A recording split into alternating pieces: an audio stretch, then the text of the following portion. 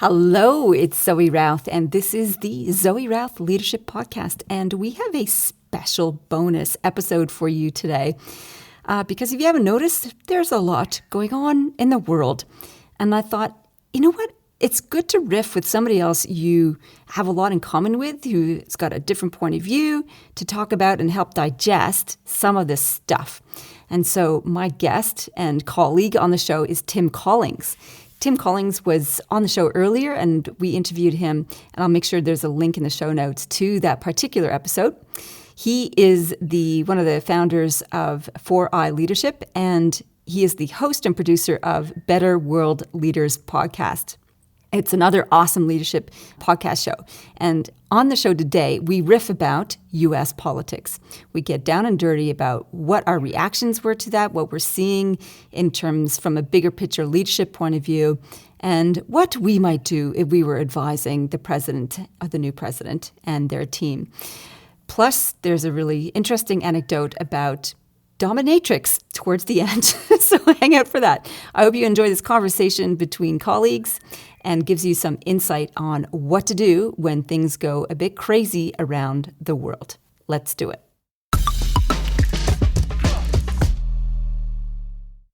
Tim, oh my goodness, so good to be talking with you about all things leadership. Actually, it's not all things leadership. It's all things leadership in U.S. politics. And I really want to know, as a leadership expert, what's your reaction to the U.S. election?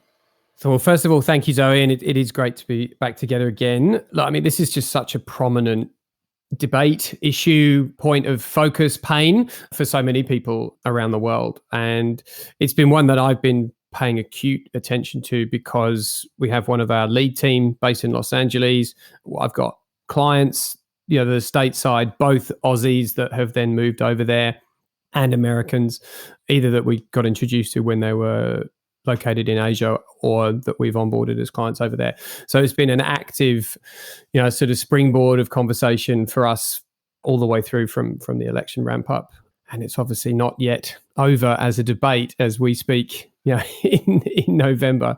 So to answer your question, my reaction to it has been a bit of a spectrum of reaction. I think early on, there was a lot of optimism, right? That, seemingly a change was likely and that a change of leadership in any realm, is likely to lead to a different outcome.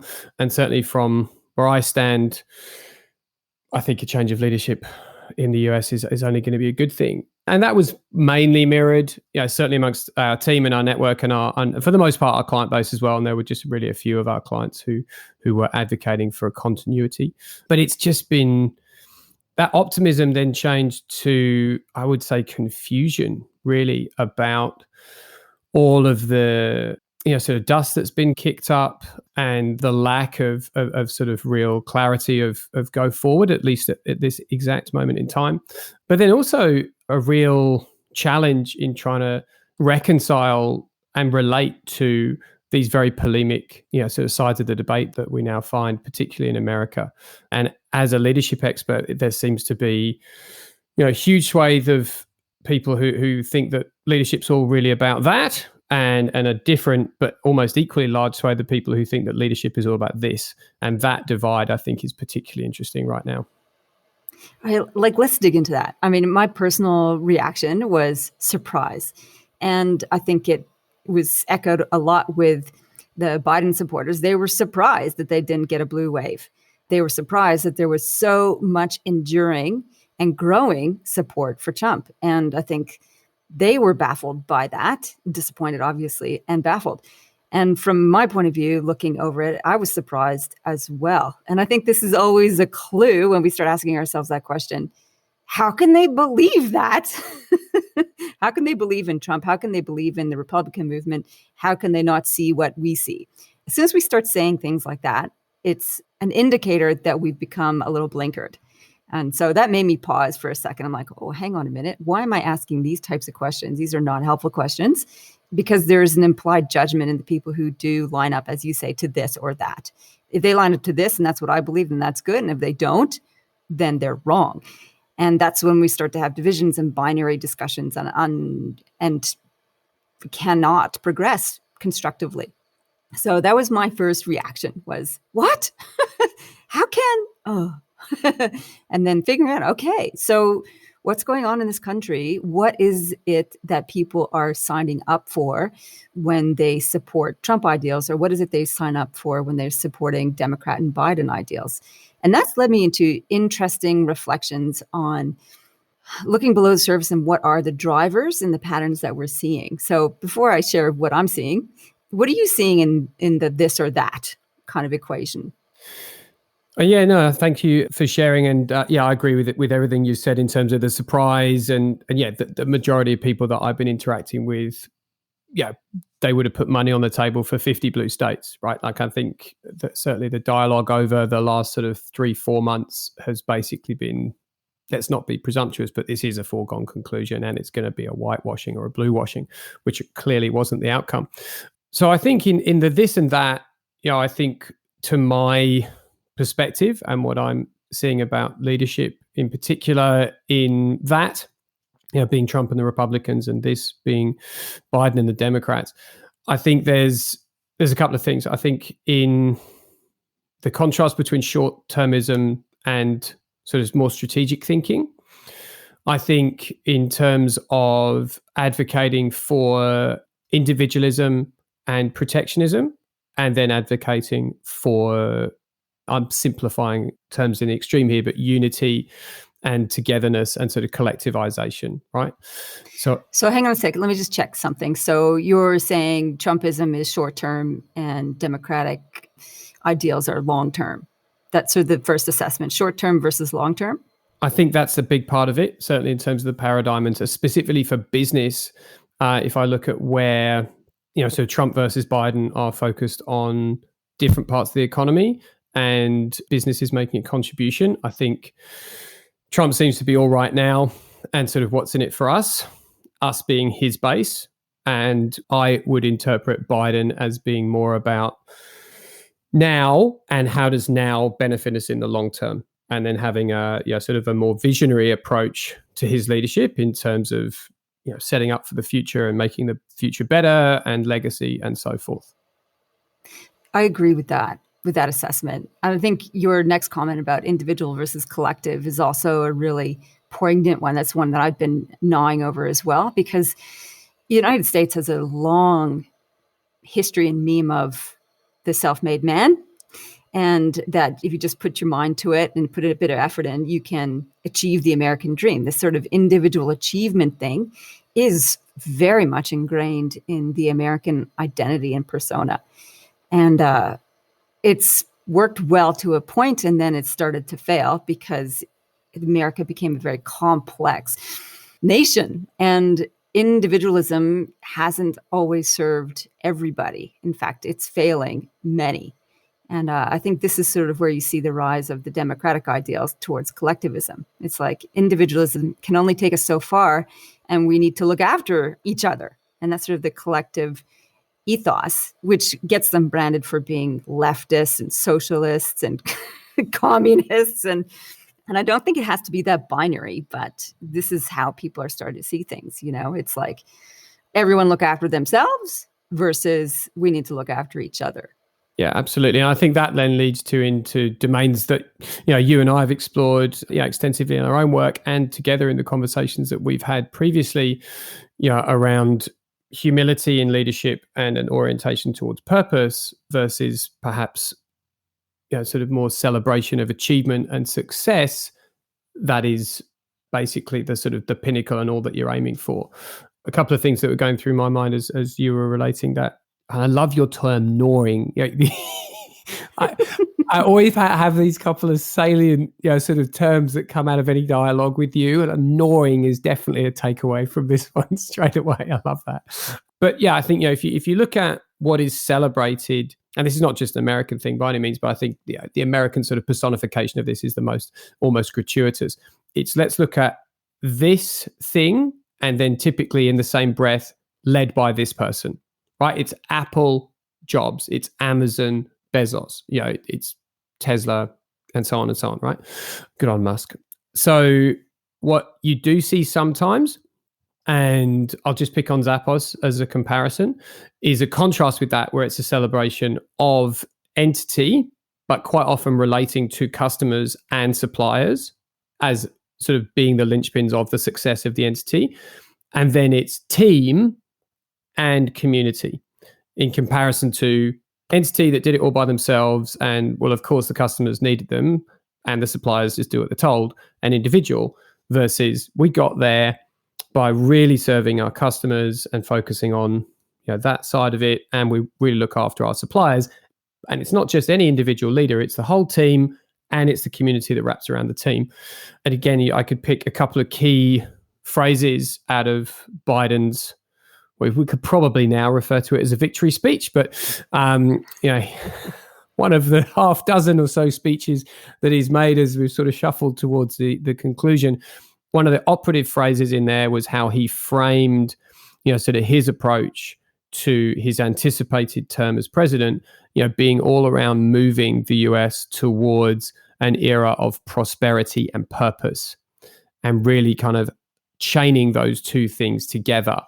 Whereas a lot of the language... That's nice. I didn't hear that piece. That's really good. So it's not one or the other, it's both, which I think is the bridge that we need to help get over the binaries. That's great. Yeah. Whereas Trump's language tends to be much more about dominance and control and making great, which is this very, very curious, very sort of abstract term.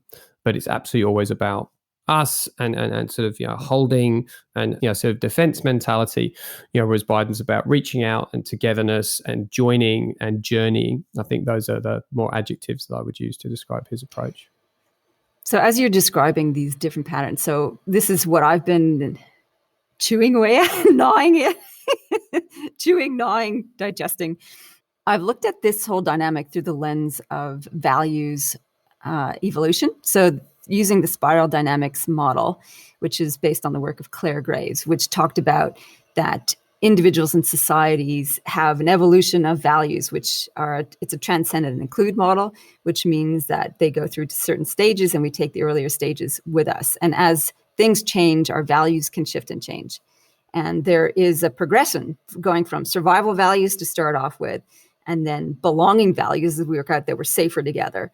And then there's power values where we realize that we need somebody to lead the troops or lead the group to get something done, which is where we see the forefront of the hero leader kind of thing. That is a cast, or what Trump is latching onto in that way. I'm the hero leader. I can save the day. It's all about me. And then from there, we have a shift away from the excesses of power that arise through that set of values to rule of rules and law and order. It's sort of like, let's temper all that energy of power with something useful. It's interesting that Trump has also badged himself as the law and order president. He's also the hero and the law and order president. So he's got those values being primed amongst his base. And then from there, we move into achiever values, which are about wealth and success and so on. So a lot of the language, as you hear me describe it, is Trump language, that power, rule, law and order, and wealth, ambition, progress.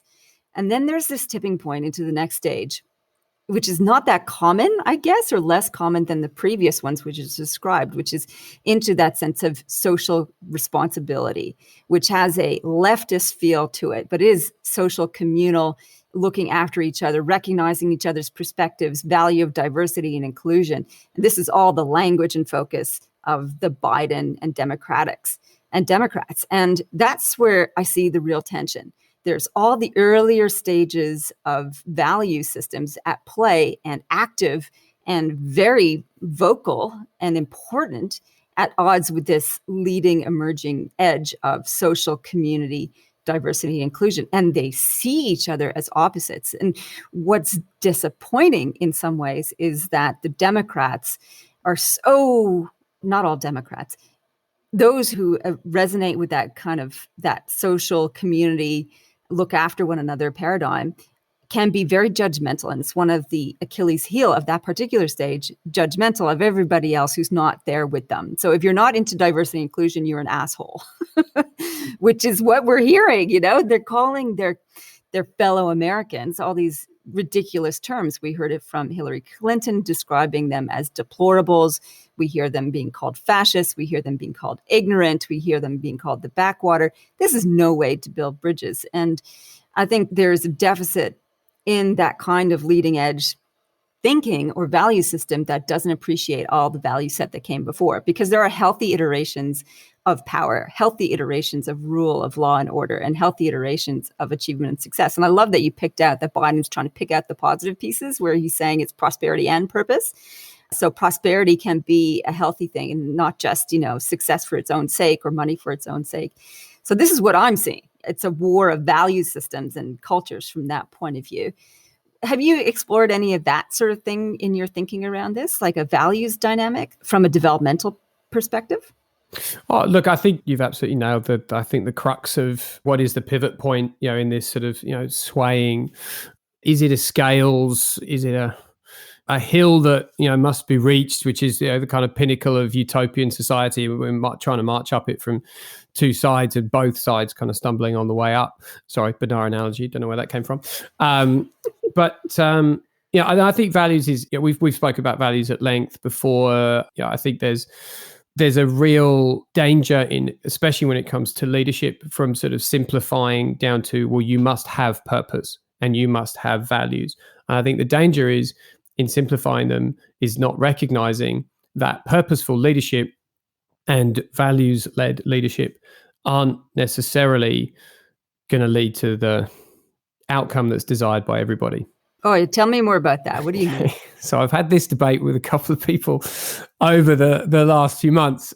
If you reduce sort of a purpose down to something as simple as saying that it's an orientation towards a higher calling, right? That it is simply serving something greater than you. Okay. Well, that could be a lot of things. And we could look at some of the most inspirational visionary leaders of the last century who absolutely succeeded in orchestrating monumental change and gathering a lot of energy and effort and people's value systems towards a purpose that was greater than the individual, but that purpose now historically would be viewed as essentially corrupt and extremely negative for human progress. If we look at people like Hitler or Stalin or the sort of the activities that happen with various different leaders in Asia, let's just pick on Pol Pot, right? Like if you use a very simplistic definition of purposeful leadership, those guys would actually qualify. Where you just need to add one little interesting dose to the recipe and then you completely change the outcome is intentions. And if you declare what the intentions are and if you make the intentions not necessarily benevolent, but good intentions. So the intention is to save, or the intention is to improve, or the intention is to contribute or give or uplift, which is a controversial term, but then the value system tends to be more celebrated in the long term as having a collective benefit, and then being of purpose and serving a higher purpose and being a purposeful leader. You would be then equating to people more like Mandela, or I don't know, I'm struggling for some reason to come up with more good examples to bad ones. Might throw the ball to you to do that. I got two things. I think it's purposeful leadership. So yeah, you're right. You can set a goal to achieve an outcome, but it has radical negative impact. And I think intention, where it's filtered with ethics, is the important piece. And ethics comes from that law and order stage. In the spiral dynamic, it's got a color associated with it. It's blue police force kind of thing. That ethical framework is something that helps us make better decisions. So the other thing I would say, it's like the other filter I put on to what makes good leadership is to assess the consequences. Yeah. In which case that throws out Pol Pot's and it throws out Hitler. What are the consequences of your leadership?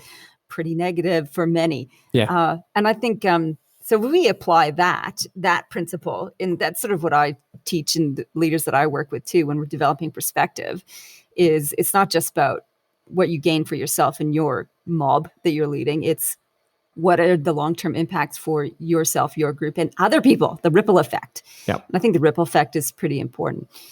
So, coming back to what next for the US and what next for Biden, assuming there is no coup, and the elections are certified as free and fair and valid, and he takes over January 20th, and he's now the president with his amazing Vice President Kamala Harris. What do they need to do?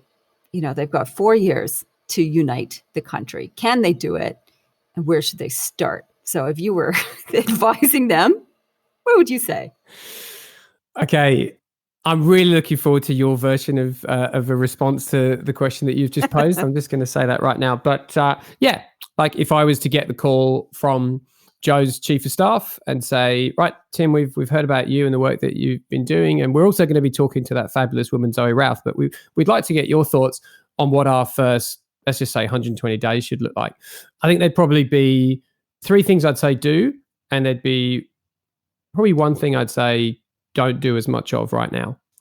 Because there's probably 1 thing in particular which has concerned me about some of the, not the intention, but the prioritization of 1 specific thing that I'll come to. So I think the 3 things would be, obviously right now we have 1 hyper prevalent issue, which is get COVID under control.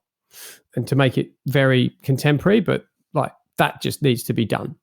So whether that's do something radical like what's been done in Melbourne, which would upset a lot of people, but ultimately is proven time and time again to fix the scenario in the short term, if 4 months is short term. But yet you have to get this very, very toxic issue from a health and a well-being and a structure and an economic perspective under control as fast as possible. And I'd be aiming for 0 spread by, I don't know, May, June at the latest, assuming that a vaccine hasn't been rolled out across the whole of the United States by that time. Second thing would be set out the plan with as much detail as you can, communicate it explicitly, repeatedly, and in language that is completely absorbable to all, and make it very clear what the benefits are of the plan for as many people as possible. I think right now the US, as much, but probably more than most countries, is suffering from a real lack of certainty and confidence. And I think just simply knowing what the plan is will start to assuage those 2 things. Yeah, I could point to any number of leaders, but Jacinda Ardern, Angela Merkel, and I'll pick on an American, Gavin Newsom. I think those 3 have all really excelled at clearly articulating a plan and continually updating the plan. The third thing I think then for me really would be present, be visible, be human, be humble, anticipate and announce that you will be learning on the go because there are so many complex variables in the equation, and let people see that that's exactly what you're doing. The thing that I'd say probably just kind of hold back on a little bit and potentially do a little bit less of right now is the conversation about unity. And I think this is potentially the most sort of incendiary comment I'm going to make today if there are Americans tuning into this, because you're living in the United States, right? Like by definition, you should be of union. But I think we actually would need to accept that right now that's not viable at a societal level in the next short period of time. I think acknowledging the volatility of perspectives and value systems being completely disassociated, let alone misaligned, and acknowledging that there's real work to do at the community level and bringing people just one step closer together and then iteratively, progressively doing that to reach a point where you can then actually renegotiate a union. I would make union part of the plan and unity part of the agenda, but I would acknowledge that it's a way away, because I think that's the only point in Biden's language which has been really strongly opposed so far. And I think that that's the reason for it, is that people feel disassociated and they will resist any top-down sort of umbrella being dropped down saying, now you shall be united. That's not how human behavior works. We've got to unravel this very complex ball of thread that's put us in this situation, and then we can start to realign those threads and then bind them back together. I agree with that. So with your assessment of terms of like, let's deal with the crisis. Well, and the big one is the economic fallout of the crisis. Yeah, sure. In terms of hierarchy of values, it comes back to that primal survival piece. And I think that needs to be addressed, because people won't hear the conversation around unity, because are they alive A, Yeah. they're not being killed by the virus, and B, do they have security, safe job, safe home, etc. So all the fundamentals for all the people need to be addressed with that. So that's sort of emergency care type of thing. I think with the unity language, I think you can still have that message as long as it's tempered with acknowledgement of what is, Sure. and then followed with the commitment to understanding and revealing people's pain and resistance to what's on offer, and really getting to the heart of that and not being dismissive and not being derogatory towards them, I think is really important. I mean, I was listening to a news report the other day where the Trump supporters came out to protest and support their candidate, and the, pro-Democrats came out and they were just hurling insults at them, and that is just, it's not on. It doesn't, it doesn't build rapport. It doesn't build understanding.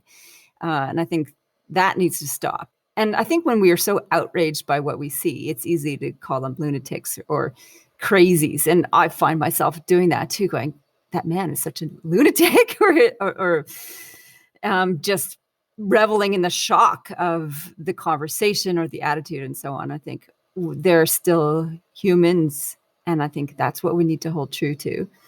So, my advice, should I be asked of it, for Kamala and Biden, is unity language, yes, and let's get down and dirty. And I think into what is really going on. And my next piece of advice would be, let's take an X-ray. Let's take an X-ray of the presenting behaviors. And I use Richard Hames's model of the iceberg, which looks at presenting problems, which are the surface of the iceberg, and then you start to unpack the layers that drive that behavior. I use it in human behavior called the human volcano. But underneath that are patterns of behavior. Underneath that are systems that create patterns of behavior. So the electoral system has got some driving motivators. The rule of law and order has some driving motivators. Higher education system has some fallout that isn't helpful for the whole of the country. So does healthcare. It's looking at systems, and then underneath that is you look at the values. What are our values truly as a nation? What does this mean for the way that we've devised our systems? And can we do any work around highlighting, dialing up or dialing down some of those values? And I think when we start to look at that, then there's a chance of long-term change. Do people have an appetite for talking about values change in the middle of this kind of crisis? Don't know. But I think that's behind the scenes work that can happen with the messaging. That's why I think the unity conversation is important, because it will help soothe the way forward, I think. Yeah, no, I think you're exactly right. And I think unity, as I said, needs to be part of the plan, and it needs to be ultimately the destination, and it needs to be on the agenda. Again, it's as an observation, it's been particularly interesting that that's the one thing that people have kind of thrown back. People on the other side of the aisle have gone, well, yeah, what are you talking about? You've been so offensive to us. Yeah. Because of course they've said nothing offensive whatsoever, during the last term. But yeah, no, that's great. Hey, can we just very quickly just talk about, we've had a moment of unity on each other's podcast. Can we just give a bit of a quick update as to what you've got in store on your podcast? And I can share a little bit about what's coming from my side. Yeah, I actually have a strategy for next year, which is amazing. It's moved from a half an intention to actual real strategy in terms of how I want to take listeners on a journey next year. And we're going to have quarterly themes, and the quarterly themes will be mirroring what I'm doing in my Amplifiers group, which is my high-level leadership program. And so each quarter, we're going to explore the theme. And the quarter that will start, well, it's kind of a mini quarter. It will start like December. We're going to drop a whole bunch of episodes around Project You. And it's real looking at self. So looking at one's own performance and self-mastery. So there'll be a bunch of solo-sodes that will tide us through January as I go and have a break. So people can, not purge them. What's that thing where you consume everything very quickly? Binge.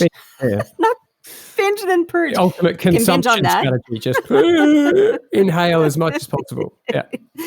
Yeah. So that's January. And then the theme will kick off. For February through to May, our quarterly theme is multipliers, basically. How do we develop leadership in others?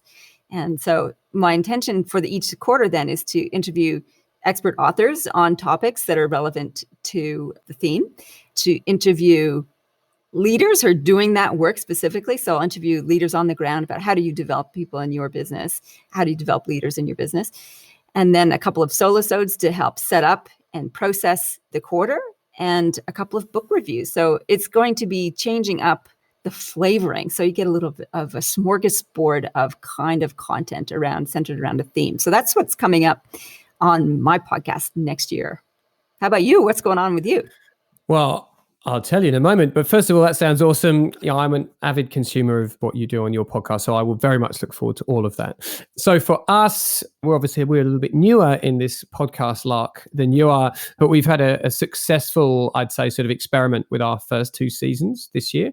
And thank you for your contribution in your episode. So we're probably going to do 2 things the same, 2 things differently. We're going to have 2 seasons where we'll have that classic sort of weekly run medium form conversation, and within those conversations, they'll be sort of curated to be a learning journey with some specific action points spread throughout, but particularly at the end. And then we're in the sort of the off season at the moment. So this that you're listening to right now is the first of a sort of a run of intermissions. So these intermissions are going to be part retrospective and part forward looking. So we'll have those through till March. And then like you, although I haven't quite nailed the definition yet, but I think I'm moving towards having themes for the 2 seasons, that if I put myself on the spot, I'm going to say right now we're going to pick up a theme that came from what was the most popular episode in season 2, which was the conversation around natural systems for leadership and organizational design. And that was this dichotomy between doing things better and doing better things. So I'm going to take the doing better things and sort of wrap that up with some of the concurrent themes that have come about failure or tolerance for, and sort of nurturing innovation, and sort of being prepared to be provocatrix as a leader for bold shifts and changes, and really engaging, similar to you, that spread of doers that are in it right now, leaders who've been there, done that, and experts who can speak to the models and the theory and the empiricism for that kind of stuff. So how do you take bold steps to do things that are better? And then the second season, potentially flowing off the back of that, but arguably would work equally well in independence, is about sustaining change. So a lot of the behavioral triggers for kind of keeping going, sustaining others on a change, and how do you manage it in yourself? And of course, all of that, doing better things and sustaining change, is for us always about how can we make the world better as leaders doing those 2 things. So that's a little bit of what's in store, I think. Yeah, that sounds great. I got stuck on provocatrix. It sounds like dominatrix. Get your whip out. Woohoo! Okay, well, that says more about you than me, perhaps, Zoe, but that's fine. The brain is associative. That's true. But I think that'll be awesome. What I'm doing, or the dominatrix bit? No, you're going to need a new outfit for that segment. Yeah, well, we'll come back and see what we've got in store. Absolutely. Okay, very good. Zoe, as always, it's been an absolute pleasure, and I will always look forward to more interactions with you.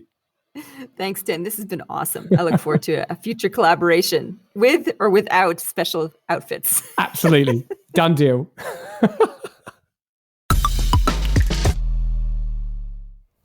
Well, that was a fun conversation. It was such a good idea we had, the 2 of us, to talk leadership in U.S. politics. And it's something that we'll do occasionally, I'm guessing, from time to time next year. I have a high regard for Tim and his work, and his podcast is excellent. Better World Leaders is what it's called. And I guess sort of thinking about our conversation and what I got out of it, one of the things that's sort of sticking with me a little bit is his observation that Biden's message of unity is not landing the way that he hoped. And I think this is really important to think about, because often we have aspirations that are grandiose visions, will be, of course, inspiring to others. And what we really need to do is to meet people where they are, not where we are. And if we look at where people are through the lens of either leadership maturity or through the lens of spiral dynamics and values development, then we can get a better sense of what is front of mind, and not just front of mind, but front of life for people, and talk to them from that point of view. And gradually, if we get our needs met and our values met at those stages, then we can start talking about the bigger picture and what's next. But we can't jump too far ahead. Otherwise, we run the risk of leaving people behind. All right, so that's my reflections on what happened. My invitation to you is we've got some amazing stuff coming up still in the podcast for this calendar year. Some amazing leaders we're speaking to. I think this week on Thursday coming out is amazing interview. Oh, this is so good. With Chris Sinog, who is a former U.S. Navy SEAL. And I've always wanted to talk to a real live U.S. Navy SEAL, and here he is. And so you got that to look forward to next week.